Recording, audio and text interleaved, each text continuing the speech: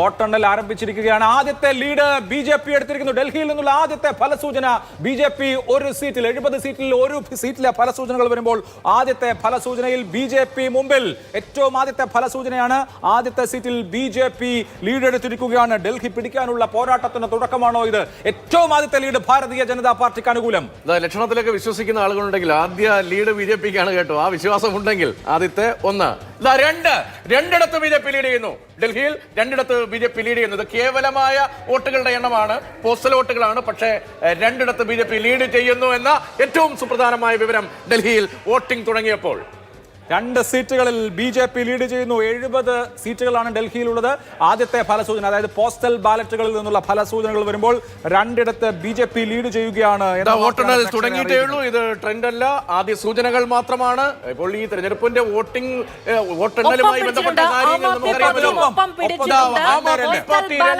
ഒപ്പത്തിനൊപ്പം എന്നുള്ള കാഴ്ച ദില്ലി തെരഞ്ഞെടുപ്പിന്റെ ആദ്യ ഫലസൂചനകളിൽ നമുക്ക് ലഭിക്കുകയാണ്. 2-1 എന്ന നിലയ്ക്ക് ബി ജെ പി വീണ്ടും മുന്നിട്ട് നിൽക്കുന്നു എന്നുള്ള സൂചന കൂടി ലഭിക്കുകയാണ്.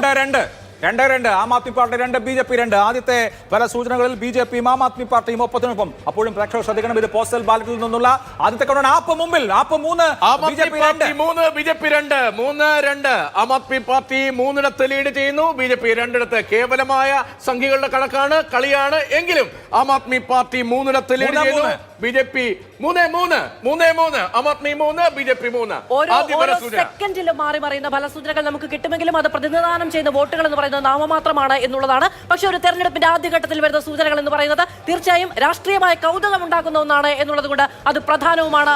3 വീതം മണ്ഡലങ്ങളിൽ ലീഡ് എടുക്കുകയാണ്. പോസ്റ്റൽ വോട്ടുകളുടെ ഫലസൂചനകൾ പുറത്തു വരുമ്പോൾ ആം ആദ്മിയും ബി ജെ പിയും ഒരു സീറ്റിലെങ്കിലും ലീഡ് ചെയ്യുമെന്ന് ഞാൻ പ്രതീക്ഷിക്കുന്നു. ആദ്യഘട്ടത്തിൽ എങ്കിലും ഒരിടത്തെങ്കിലും ലീഡ് ചെയ്യുമെന്ന് ഞാൻ പ്രതീക്ഷിക്കുന്നു. കോൺഗ്രസ് അത്രത്തോളം പണിയെടുത്തിട്ടുണ്ട്. ആ ഒരു പ്രതീക്ഷ എനിക്ക് അവിടെ ഉണ്ട്.